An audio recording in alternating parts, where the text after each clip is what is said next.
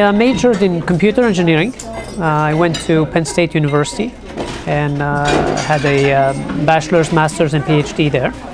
And as I was finishing my PhD degree, I moved to Canada from the US and joined Nortel. I was a co-op student with Nortel first, and then 4 months later they decided to offer me a permanent job, so I stayed and have been with Nortel since then. That's excellent. These laptops are actually an education project before they are, before they are actually a laptop project. They're an education project because they allow kids in developing world to have access to education. In sub-Saharan Africa, for example, less than 2/3 of the kids make it to school, and those who do make it to school, only half of them graduate from primary school.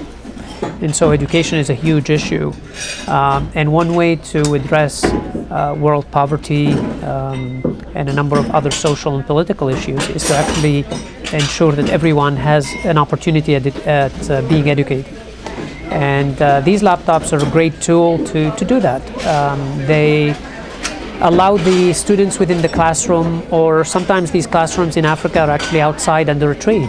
And the laptops allow for connectivity between the kids.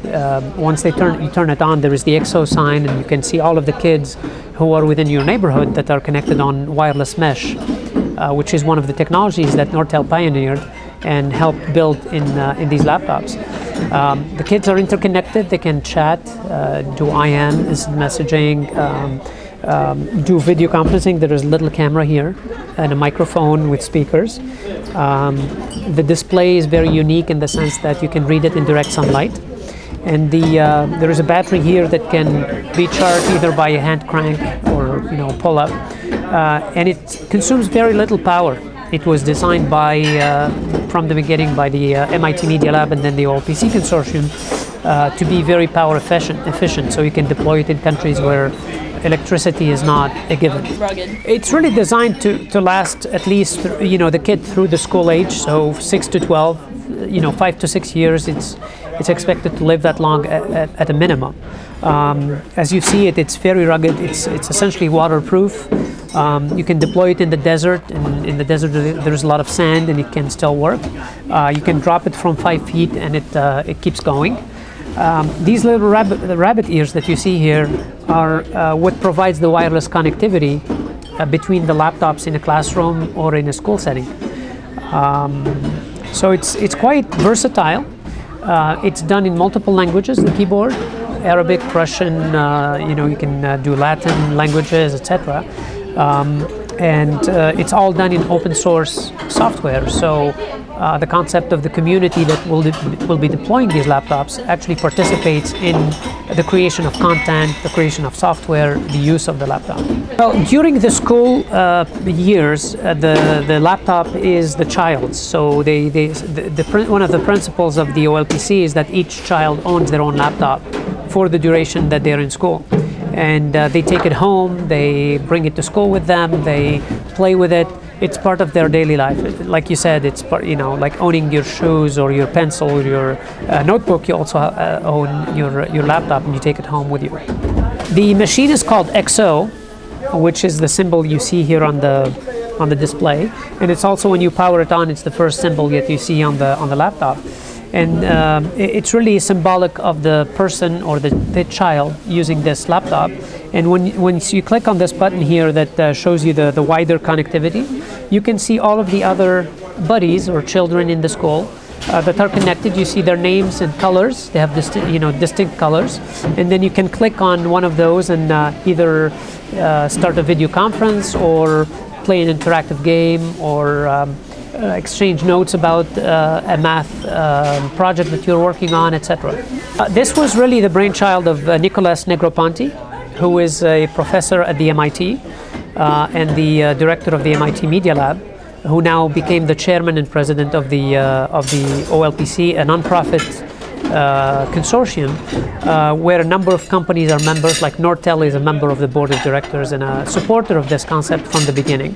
And so there are other companies like Google and AMD and Intel and Red Hat. And really, when you look at the laptop, all aspects of it, software, hardware, networking, are all members of that consortium.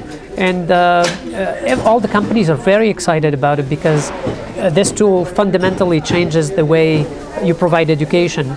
And it's proving a number of concepts that are not only valid in the developing world, but also very valid in the US and Canada and the developed world. They love it. I've seen some of the videos in pilot countries like Nigeria and in South America. And the laptops bring a whole new dynamic to the classroom, where initially before the teacher was the center of the attention and it was unidirectional. Sometimes you see kids looking around, they're not paying attention and so on. And once you introduce these laptops, kids want to come to school.